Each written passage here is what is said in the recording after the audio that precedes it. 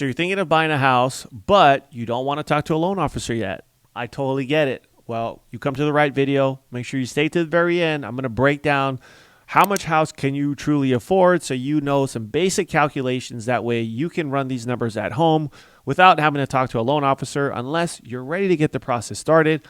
But that's where my team and I are here, and we can get you going. My name is Seanu Uyehara. I'm a branch manager with Geneva Financial, and we help you with your mortgages all across the country. Whether you're a first-time home buyer or a seasoned investor, you can hit the description below. There's links to more information on how to get your mortgage right, and you can always send me an email. My team and I are on standby. We're here to help you make sure that you get the best deal going forward. Now, so many of you want to buy a house this year, but maybe you're just not ready, but you're trying to figure out where do you stand in the entire process.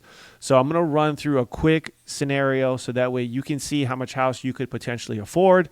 That way you can decide for yourself whether maybe you're ready to go or do you have to do some more work before you can actually move forward and buy your first house. So one of the things that we look at as a lender is we're going to look at your credit. First and foremost, you got to do a credit application.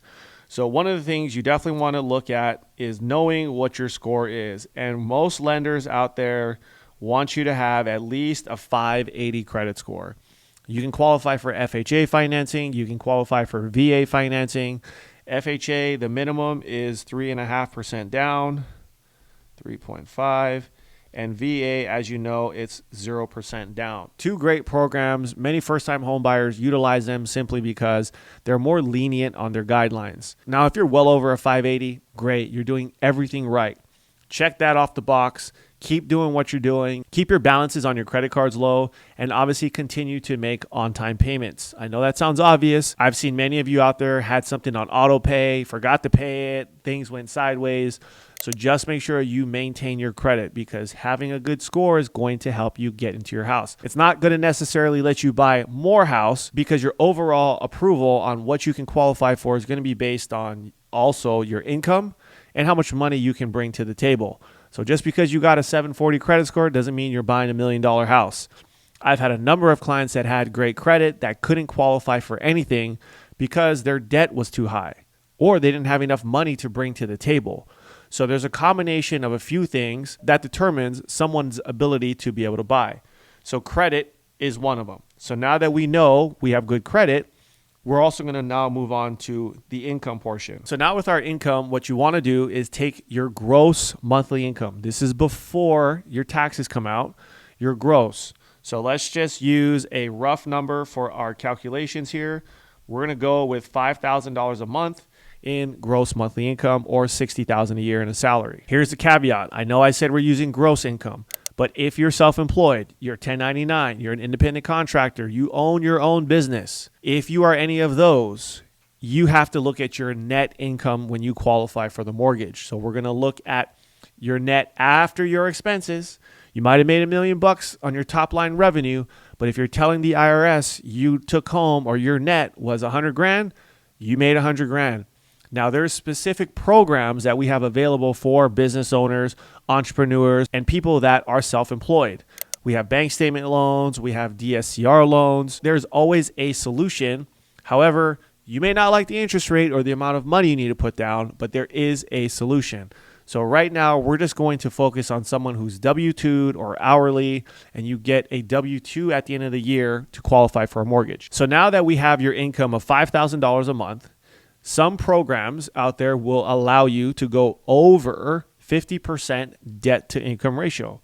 So if you were to take 50% of our $5,000, that would give us a $2,500 a month income that we can use to qualify for a mortgage. But this is where you have to be careful because remember what I said, this is gross. So before your taxes, now think about that for a second. If your lender is qualifying you at a 50% DTI, how much of that net income are you truly taking home? You're taking home less than that. So the DTI is not 50%. It's actually a lot higher than that when you truly look at those numbers. This is why you have to have a budget and you have to understand what goes into qualifying someone for a mortgage. Because if you're going in there and you're telling your lender, hey, I want to qualify for the maximum amount, they will do that. And they will connect you with a realtor and they're going to sell you a house. But now you are literally one emergency away from not being able to make your mortgage payment. And I can tell you, a lot of real estate agents will also call us and say, hey, Sean, I need you to qualify our client for the maximum amount.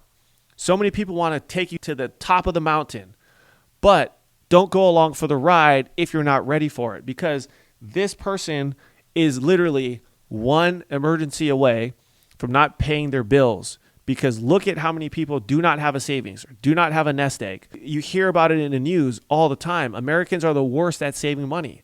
So don't put yourself in a bad position. Know what your budget is and try to stick to it as much as possible. And this is where having a good loan officer is really important, because as a loan officer, my job isn't to tell you what you want to hear.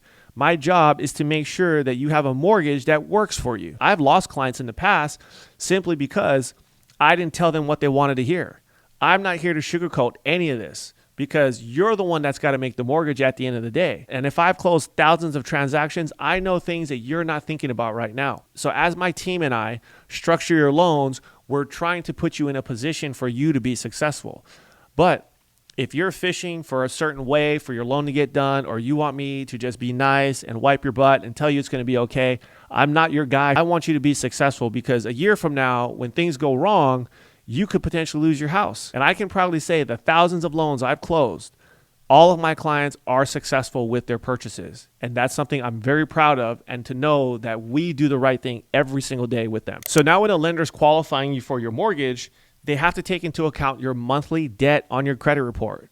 So we're not going to look at the total number of balances that you have. You might have a credit card that the balance is $10,000. We're looking at the monthly minimum payment. So you have to add all of that up. So you're going to add up your credit cards. You're going to add up your student loans. You're going to add up any installment loans that you might have. Maybe you did a payday loan. Maybe you have a car payment, or maybe you're trying to pay off some furniture.